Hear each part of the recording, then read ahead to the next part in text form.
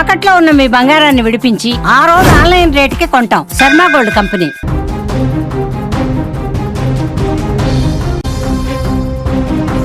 YouTuber Komali ఆత్మహత్య కేసులో క్షణానికి ఒక ట్విస్ట్ కనిపిస్తుంది. రాయదుర్గం పోలీస్ స్టేషన్ పరిధిలో నమోదైనటువంటి ఈ కేసులో ఇప్పుడు సంచలన విషయాలు బయటకు వస్తున్నాయి. మల్లారెడ్డి యూనివర్సిటీలో బీఎస్సీ చదువుకుంటూనే పార్ట్ టైంగా యూట్యూబర్గా రాణిస్తుంది ఈ అమ్మాయి కోమలి. ఈమె మరణం వెనుకున్నటువంటి విషాదకరమైనటువంటి కోణాలు ఇప్పుడు ఒక్కొక్కటిగా వెలుగులోకి వస్తున్నాయి. తాజాగా ఆమె చనిపోయేటువంటి ముందు తన ప్రియుడు అఖిల్ రెడ్డికి చేసినటువంటి మెసేజ్ ఇప్పుడు చర్చనీయాంశంగా మారింది. పోలీసుల విచారణ ప్రకారం కోమలి అఖిల్ రెడ్డి కొంతకాలంగా ప్రేమించుకున్నారు.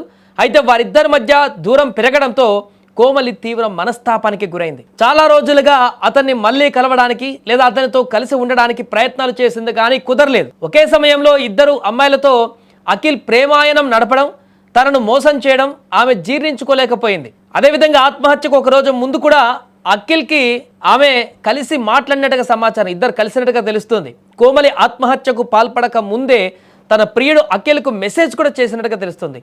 మెసేజ్ అందిన వెంటనే అఖిల్ తన సోదరికి విషయం చెప్పాడు.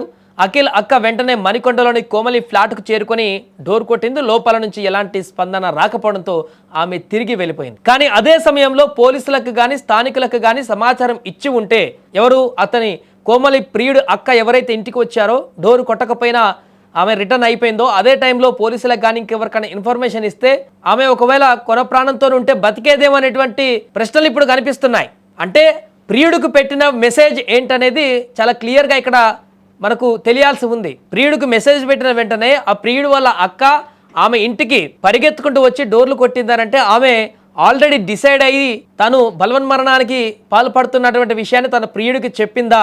అయినా కూడా వారు పట్టి పట్టనట్టు ఉన్నారా?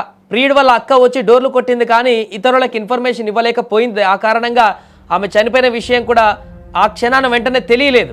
ఈ కోణంలో ఇప్పుడు దర్యాప్తు కొనసాగుతుంది. అసలు ఆమె కోమలి చివరి మెసేజ్లో ప్రియుడికి ఏమని పెట్టింది, దాంట్లో ఏ విషయాలు ప్రస్తావించింది, ఆ ప్రియుడు ఎందుకు ఆ విషయాలను ఇప్పటివరకు బయటికి చెప్పలేదు, చివరి మెసేజ్ తనకి ఈ రకంగా పెట్టిందని చెప్పలేకపోతున్నాడు.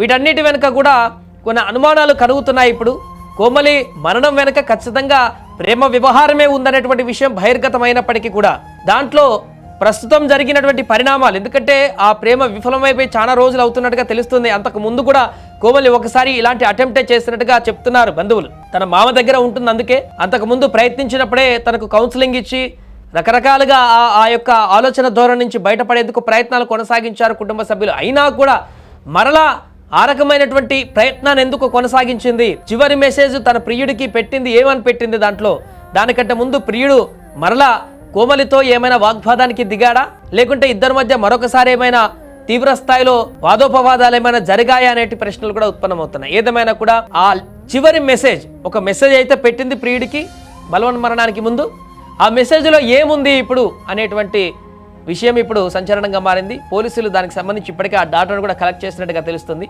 తొందరలోనే ఆ మెసేజ్లో ఏముంది, కోమలి చనిపోవడానికి ముందు ఏమేం జరిగినాయి అనేటువంటి పూర్తి వివరాలు కూడా ఇప్పుడు దర్యాప్తులో పోలీసులు బయటపెట్టబోతున్నారు.